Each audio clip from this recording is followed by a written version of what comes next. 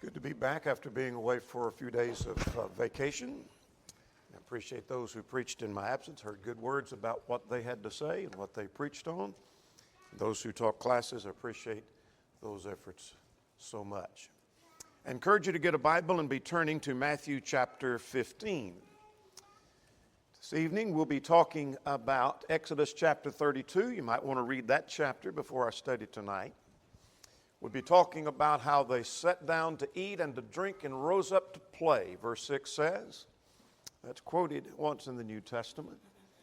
What does that mean? Could we be doing the same? What was that about? They sat down to eat and to drink and rose up to play. That'll be our study tonight. Let's turn to Matthew chapter 15. And you might put a marker there. We'll go to other passages, but we'll keep coming back to Matthew chapter 15. This is the story of the Syro-Phoenician woman that came to Jesus begging for mercy for her daughter. And so let's see what this text has to say. Then Jesus went out from there and departed to the region of Tyre and Sidon. And behold, a woman of Canaan came from that region and cried out to him, saying, "Have mercy on me, O Lord, Son of David. My daughter is severely demon-possessed." But he answered her not a word, and his disciples came and urged him, saying, "Send her away, for she cries out after us." But he answered and said, "I was not sent except to the lost sheep of the house of Israel." Then she came and worshipped him, saying, "Lord, help me." But he answered and said, "It is not good to take the children's bread and throw it to the little dogs." And she said, "Yes, Lord, yet even the little dogs eat the crumbs which fall from the master's table." Then Jesus answered and said to her, "O woman, great is your faith. Let it be to you as you desire." And her daughter was healed from that very hour. Now, Matthew records that, and Mark is the only other author that records the same story. Luke nor John say anything about this particular event. I've highlighted the sections where information is added to what we already know from Matthew's account. So that's the reason for the highlighting here in Mark. And so pay attention to that. You'll learn a little bit of information there in the highlighted section that was not told to us. So let's see what Mark's account says. So Mark 7, beginning at verse 24. And from there he arose and went to the region of Tyre and Sidon. And he entered a house and wanted no one to know it, but he could not be hidden. For a woman whose daughter had an unclean spirit heard about him, and she came and fell at his feet. The woman was a Greek, a Syro-Phoenician by birth, and she kept asking him to cast the demon out of her daughter. But Jesus said to her, "Let the children be filled first, for it is not good to take the children's bread and throw it to the little dogs." And she answered and said to him, "Yes, Lord. Yet even the little dogs under the table eat from the children's crumbs." Then he said to her, "For this saying, go your way, the demon has gone out of your daughter." And when she had come to the house, she found the demon was gone out, and her daughter lying on the bed. That's Mark's account of the same event. Hendrickson gives an outline of a portion here of the Gospel of Matthew. This is not his complete outline. But he talks here about how the work which God had given the Lord to do, and this is the first section, or first two sections of Matthew carrying us through chapter 20 as he outlines it. And after the beginning and the inauguration, there is the progress or the continuation of his ministry, and there is this great Galilean ministry. We all remember the great Galilean ministry where he's working around Galilee, and then he left there in this next section beginning at chapter 15 and goes north to Phoenicia and to Caesarea Philippi. And then he goes through Perea. So chapter 15, beginning at verse 21, where we're picking up in this section, is where Jesus has left Galilee and is going north before he goes south. And it's in that section that where our text is found. So Jesus has been working here around Galilee, And in this region of Galilee, he's left Galilee and he's going up here to Phoenicia and makes his way up here to Tyre and Sidon is where he is. And then he'll make his way on down through Decapolis, as the text would tell us, and then on and down into Judea. But we're interested in this Phoenician woman that he runs into in this region up here close to Tyre and Sidon, the text tells us. Now, let's talk about, we're locked up here. Let's talk about this case of this woman. They have a case of this woman coming to Jesus, the text says, and she's come begging for mercy. She's coming begging for things like that her daughter may be healed. She comes to Jesus, she cries out for mercy, and she's begging for help, the text says. That's the storyline. She comes and she says, my daughter is severely demon-possessed. Have mercy on me, she said. Have mercy on her, and so she's crying for help. But one of the things we'll take notice of is this, and that is the reaction of Jesus seems quite strange here. He seems to ignore her on the surface. And then he twice says something that would seem to be offensive to her, even referring to her and her nationality as being dogs. You think that would turn her astray. But what I want you to see is that here is a woman whose problems, her request and her obstacles and her faith were great. Here is a woman that has great problems. I mean, this is not a minor situation where I've got a little bit of problem I'd like to see if you could help me with, but I have a daughter that is severely demon-possessed. Have mercy on us. Her request was great. I want you to heal her, help her, have mercy on us. And her obstacles were great. That is, she has an obstacle with the Lord, as we'll talk about in a moment, and with the disciples. And with her nationality, by the way. And then Jesus says, indeed, her faith was great. Let's start with this. Let's talk about this woman and her character. And so let's go back and put your marker there if you haven't already done so. Let's go to Matthew chapter 15. And we'll look at some things in Matthew 15. We'll reference Mark's account as it flavors our understanding a little bit. But let's talk about this woman's character. What do we know about this Syro-Phoenician woman? Well, first of all, she was a woman of Canaan, the text says, according to Matthew's account, beginning at verse 24, a woman of Canaan. Mark says she was a Greek. King observes that this is a reference either to her religion, her language, or identity as a Gentile. Well, she obviously was a Gentile. It may have reference to the language that she spoke, or maybe a collection of all. Bowles observed, so far as we know, she was the first of the Gentiles to obtain a blessing by faith in Jesus. I recognize that Cornelius was the first Gentile convert under the Great Commission, but this seems to be the first Gentile to receive a blessing by faith. And she did. She had great faith, and she received a blessing. Well, let's go to the book of Ephesians. Keep your marker there at Matthew chapter 15. Let's go over to Ephesians chapter 2. This woman, being a Gentile, well represents a class of people, that is the pagan, the heathen, the Gentiles, who were without promise, they were without hope, and they were all the same as if there were no God. So let's go to Ephesians chapter 2, if you will. And notice in verse 12, speaking of the pagans, while they were in that condition before they became children of God, notice verse 12, that at that time you were without Christ, as being aliens from the commonwealth of Israel, strangers from the covenant of promise, having no hope and without God in the world. As long as they remained as heathens, as long as they remained as Greeks, as Gentiles, and were not converted to the Lord Jesus Christ, they were all the same as if there is no God, there is no promise, there is no hope. This woman well represents that class. We learned some things from looking at this woman's character. Here's one of the first things I learned, and that is, such were we. Every one of us, while we were in a state of alienation from God before we received the blessing of forgiveness from God, we were no better than she was, a heathen, separated from God, without hope and without God and without Christ. And I want to furthermore add that such are many outcasts today who are in need of great mercy. That may be your neighbor, that may be your co-worker, who are the outcast and ungodly of society. They fit in the same class as this woman. She was a Greek, a Syro-Phoenician by birth, a Gentile. But that's not all we know about her.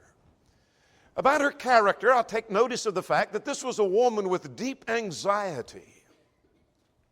If we were standing off observing from the side, we know nothing about her. We know, first of all, she's a Greek. She's from this region to where Jesus has gone. She's a woman of Canaan. But I also notice immediately as she comes to Jesus at this house where Jesus has gone, that she has deep anxiety. Look at verse 22. Verse 22 of our text. Turn back where you're marked at verse 22. She said, "My daughter is severely demon-possessed. I have a daughter that is vexed with a devil." Her agony is seen in the fact that she kept asking. Now notice Mark, we flagged that as we came through that Mark says she kept asking him. It wasn't a case where she came to Jesus and she said, could you, I just want to just mention one thing to you, could you help my daughter? And if you can't, then that's okay, I'm out of here, I won't bother you anymore. But she kept asking him. She begged for mercy, she begged for mercy, she begged for mercy, and she kept asking him. Bowles observes, or Hendrickson observes, that this word of cried out at verse 22. Notice verse 22. That she cried out means she cried out again and again and again. She kept crying out. That harmonizes with what we see in the case of Mark. She was utterly helpless. And is crying for mercy and crying for help. Here's something I learned from this context. I learned that there is no trouble that causes anxiety like seeing your children under the influence of the devil. You're going to see problems arise with your children, maybe health that arises, and you're concerned about their health and their welfare and their safety. You wonder if they're going to make it in school. You wonder if they're going to fail. But there is no anxiety like seeing your child under the influence of the devil. And this woman sees that. And she's anxious and she's deep in anxiety. That crying thirst that she had drove her to the fountain that could satisfy that thirst, and so will it with us. Now, I know something of her character. Let's look at this woman and see what her request was. Again, we're observers as if we're standing off to the side at this house, and we see this woman come to Jesus, and the very gall of her to come to Jesus, she being a Greek. But she came not just to see him, but to make a request. And first of all, I want to take note of the fact she cried for mercy. She cried for mercy. Now, the text tells us in Mark's account that she came and fell at his feet. Matthew doesn't tell us that, but Mark does. It says she came and she fell down at his feet, which suggests something of the nature of the sign of reverence and perhaps of her grief. Maybe she's falling down because of grief, but also falling down because of her reverence for him, and that's indicated by what she says about him that we'll take notice of in a moment. But look at verse 22 of our text in Matthew. Her request to him was, "Have mercy on me, O Lord. Have mercy on me." Now, Vine observes that the word mercy means, it signifies in general to feel sympathy with the misery of another. And we'll finish that quotation in a moment. Mercy means I feel sympathy for the misery that someone else is experiencing. Vine goes on to say, and especially sympathy manifested in act.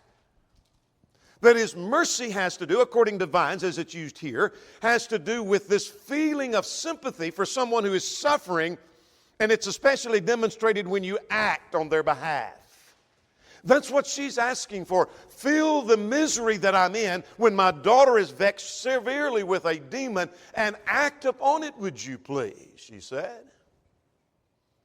Here's something I learned from that. I learned the cry for ourselves is extremely great, but it's even greater when it's for our children. We all recognize that.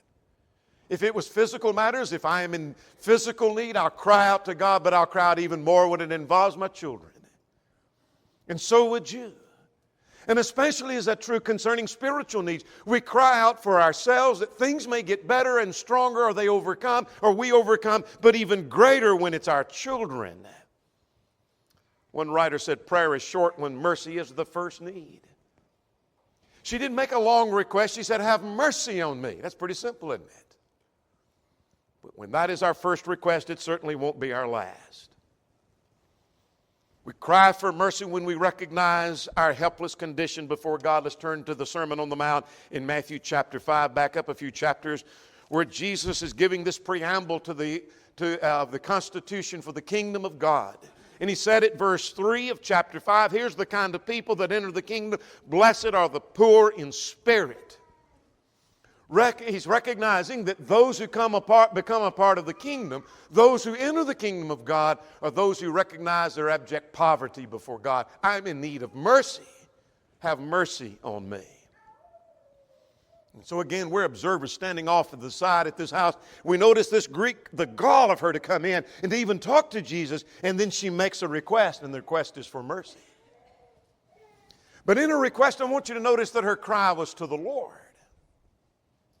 She didn't come in and talk to one of the disciples and said, I know you're with Jesus, or I know y'all are religious, I know y'all are Jews. Would you do something for my daughter? She looks for Jesus himself. She recognized Jesus for who he was. Notice verse 22. She said, have mercy on me, O Lord. That word Lord means ruler, master. You are the ruler, you are the master, and you're the one that has power. She recognized him for who he was.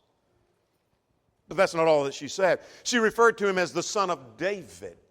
She's a Gentile, remember? But she recognized he's the promised Messiah. She knew enough about the Jews and the Jewish religion that she recognized this is the one that is the son of David. He is the promised Messiah. He's the great one these Jews have been talking about. And so she recognized Jesus for who he was. She recognized he was the only source for help. And that's seen in her continual asking. She didn't come to Jesus and ask for mercy. He doesn't seem to be giving it. Let me go over here to one of the disciples and ask for mercy. And if I don't get it there, let me go to another house and find the rabbi and ask for mercy. She recognized this is the only source I have. And here's what I'm learning from that. I'm learning that Jesus is our only source. He's our only help when there's a problem with sin. He's our only help in our marriage. He's our only help with rearing our children. He's our only help when we have problems. When I start turning for other sources for my help in my marriage and my children and my sin and my problems, then I'm in trouble. She recognized he was the only source, and so must we. H. Leo Bolt said, the soul that bows as she did need say no more than, Lord, help me. Is that your plea? Is that your cry? Let's take a look at this woman, not only her character and her request, but she faced some difficulties here. And I want to tell you on the surface, you cannot help but feel sorry for this woman, not only that she has a daughter that's severely demon-possessed, but what must have been going through her mind and the reaction that she gets. What are some of her difficulties? One is the silence of Jesus.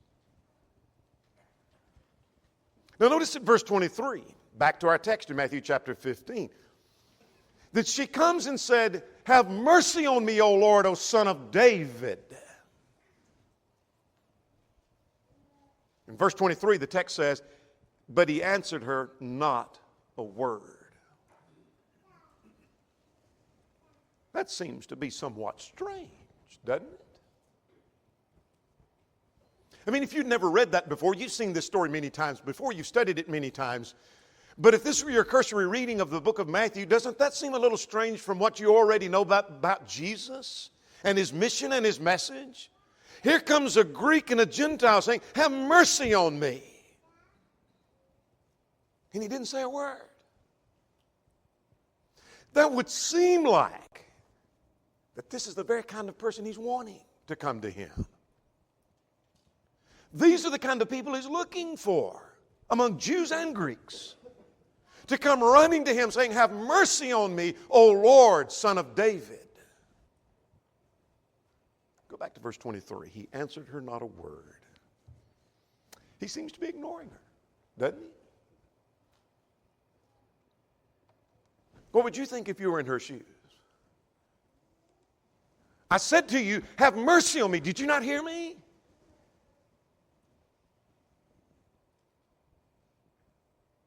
Mark says she kept asking. Maybe that's why she kept asking. He seems to be ignoring her. Now, why did he do that? Well, we're not told. But it seems as if he is calling forth something from her and from the disciples. It seems to be a test maybe of her. Will she keep asking? How strong is that faith? Perhaps even a test of the disciples that we'll see in a moment. Here's something I'm learning from this. When it seems that God is ignoring you, He may be just drawing out more faith. Have you ever prayed about something and you think, I don't think the Lord is responding to this? And you pray again and you pray again and you pray again. And you wonder, is the Lord listening to me? I think He may be ignoring me. And it may be that He's calling for more faith.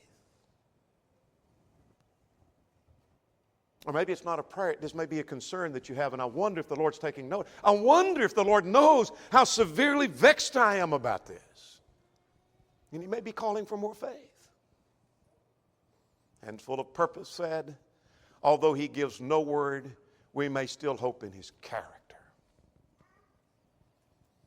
She still had hope in who He was, even though He was silent and didn't say a word to her for a while. Here's a second difficulty, the conduct of the disciples. As if the silence of Jesus wasn't enough. Look at the concept of the conduct of the disciples at verse 23. They came to Jesus and urged Him, saying, send her away, for she cries out after us. In other words, this woman is nothing but a nuisance. Perhaps they had misread His silence. Jesus is silent. Maybe this is a nuisance, and therefore, let us send her away. We'll tell her she needs to leave. Leave us alone. Get out of here. She, again, was a Gentile. Perhaps the disciples, they never say such, but maybe that's what they are saying, though, at verse 20, that she is a nuisance. Let's get her out of here. Have you ever seen someone, maybe a visitor, that you thought, that person not dressed, doesn't look like us, doesn't dress like us, doesn't act like us. I think they're a nuisance, maybe. That may be what the disciples were thinking. That must have been discouraging to this woman. I made a request to Jesus and He didn't say a word. And if she overheard the disciples saying, let's get her, you want us to get her out of here? That's a difficult. Here's something I learned from that. I'm learning that what we think will help the cause of the Lord may not help at all. Lord, I've got great ideas, and here's what I would like to do. I'm going to help you out. And maybe my great idea is no help at all. This great idea is, let's send her away so she won't bother you anymore. That's no help at all. Here's something else I learned. The conduct of disciples sometimes will more likely drive people away than welcome them. Could it be my treatment of a visitor is what caused them not to come back? Could that be? They were made to feel like they were an agitation to me rather than me welcoming them? That could be. Here's a third difficulty she faced, her own unworthiness. You're talking about a woman having some difficulties. Before she got there, she had a daughter severely demon-possessed. Jesus is silent. The disciples want to send her away. And then here's what Jesus finally says to her. Notice at verse 24. He answered and said, I was not answered to the disciples at least, and said, I was not sent except to the lost sheep of the house of Israel. That too seems strange, doesn't it? Based on what you know about Jesus and His mission and His message, He came to save the world and save the lost, and she certainly fits that class. That seems strange. And what Jesus is saying, being a Gentile, she doesn't belong to the house of Israel. Why that reaction?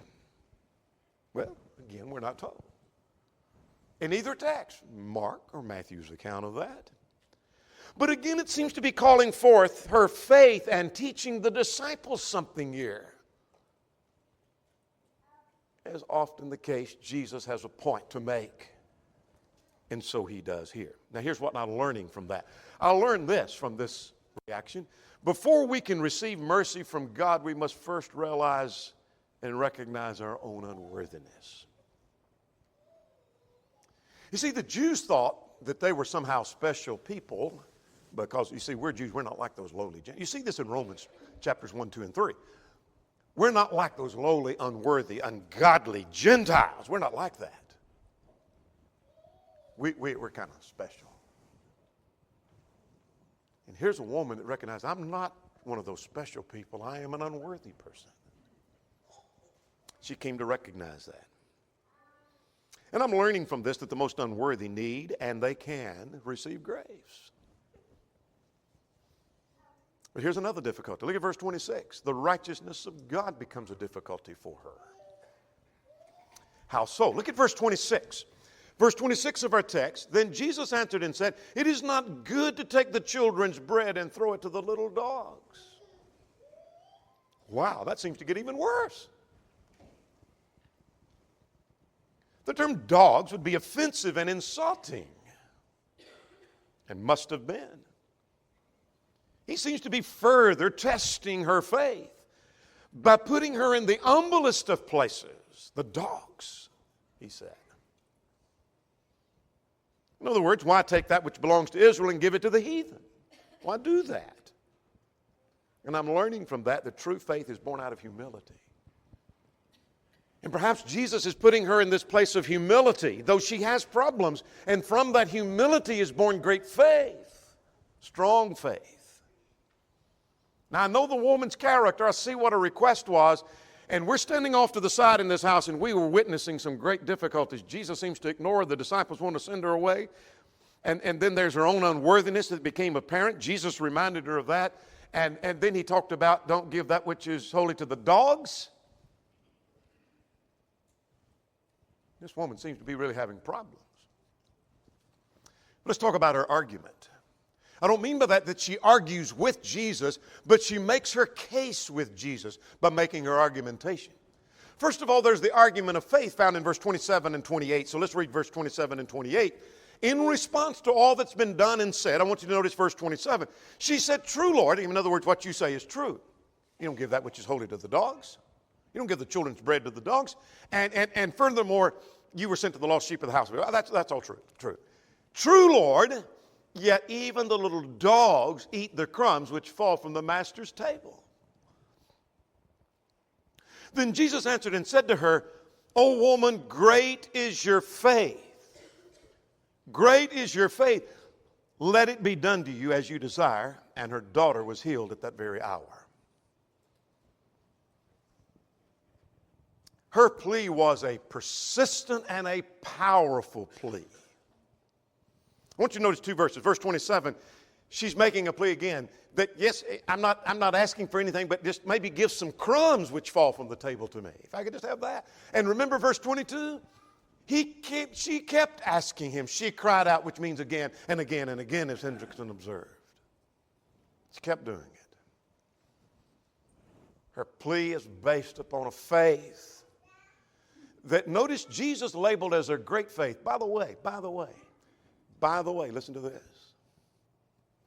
He says to this woman that the disciples wanted to send away, you have great faith. He never said that to his disciples, here or anywhere else, by the way. Isn't that interesting? Lord, do you want us to send her away? I know she's a nuisance and just get her out of your way. Jesus said to that very woman, she has great faith. But he didn't point to the disciples and tell that woman, I want you to look over here at these men. They have great faith. He never said that about them. But he said it about her. She made an argument based upon faith. Now, I want to tell you, great faith sees the problem and sees the evil. She saw that. Great faith sees the cure at the hand of the Lord. She saw that. And great faith is humble as she was. And great faith is earnest, as seen in her plea. And great faith persists when you're discouraged. when someone says, we don't want to give to the dogs. And they're talking about you. Great faith persists. Bowles observed this. H. Leo Bowles said, her faith takes her out as an exception to the whole Gentile world and holds her up as an example of faith to the Jewish race. This was unexpected, by the way. Coming to the region of Phoenicia, she would not expect. We're going to find an example among the Greeks as a great example of faith. But having pulled forth that faith from her, Jesus holds her up as a great example of faith. Now, she makes an argument of a broken spirit. Her argument is driven by faith, but her argument is driven from a broken spirit. She humbly took the place of an undeserving dog. Notice that at verse 27. Verse 27. When Jesus had made this statement, which seems quite strange to us, that it's not good to take the children's bread and throw it to the dogs, and then she said, but yes, the dogs will eat from the crumbs which fall from the table. I'll take that. In other words, I'll take my place among the dogs and be satisfied to be a dog, to receive those crumbs. She had this broken and contrite spirit that we read about in the book of Isaiah and Psalm 51. Let's take a moment to go to those passages. She has this broken and contrite heart. Notice in Isaiah 66 and in verse 2. Isaiah 66 and in verse 2. For all those things my hand has made, and all those things exist, says the Lord, but on this one will I look. That is, he looks with favor and with approval. Who does God look upon with approval? On him who is poor and of a contrite spirit, and who trembles at my word. One who recognizes their sin, and they are contrite, and they tremble at the presence of God at his word. Let's go to the 51st Psalm. You remember Psalm 51 is that great psalm, or one of the great psalms, where David is talking about his own sin and embracing the forgiveness that God offers. But he talks about coming to the point where he can embrace that forgiveness. And he said, the sacrifices of God are a broken spirit, a broken and a contrite heart. These, O God, you will not despise. God, I know you will accept the broken and the contrite heart, the heart that humbles itself before you. And that she did. And so I see what her argument is. Handfuls on purpose suggests that grace, personifying grace, that it delights to flow down and fill the needy. That's the nature of grace. It flows downward to those that are in need. She was in need of that grace, and she calls forth for it, and Jesus then gives it. Here's something I learned from that before we can ever expect the mercy of God, we must first have that contrite spirit. Now let's talk about her success. Saw her character, kind of woman that she was, the request. And again, we're picturing ourselves as standing off in the corner of this house, and Jesus has come in, and then here comes this woman. Again, the audacity of her to come in. And she makes a request. We saw that. We saw the difficulties she was facing, and we saw her argumentation given to Jesus. Now we want to stand and observe. Is this going to work for her? Jesus has already told her she had great faith. You're a great example for all to behold. Did it work? Did it help? What kind of success did she have? She was granted, verse 28, the needed blessing. Look at verse 28 of our text. Go back to Matthew 15 if you've left there. Verse 28 said, he said, "O woman, great is your faith. Let it be done to you as you desire." And her daughter was healed from that very hour. Her faith prevailed. Her faith persisted. Her faith endured. And she was praised for that faith. See, that's what great faith does. Faith will make it through all those difficulties. Faith will make it through the trials. But faith will make it through all the obstacles. And you'll be praised for that faith. Her need was fully granted. When she returned, according to Mark's account, she found her daughter healed and lying on her bed. What she was wanting was, my daughter who is severely vexed with a demon, I want the demon to be cast out. Mark's account said the demon has been cast out.